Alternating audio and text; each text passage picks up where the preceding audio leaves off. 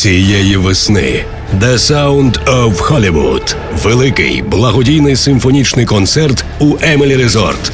Дюна, Аладдін, Титанік, П'ятий елемент, Пірати Карибського моря. А який твій улюблений музичний кінохіт? Приходь на концерт та послухай найкращі шедеври світового кіно у виконанні Емелі Оркестра. Місія нездійсненна? Думаєм, що ні. The Sound of Hollywood. 18 травня. Квитки вже на Gastrolі.ua. Зібрані кошти будуть спрямовані на закупівлю FPV-дронів.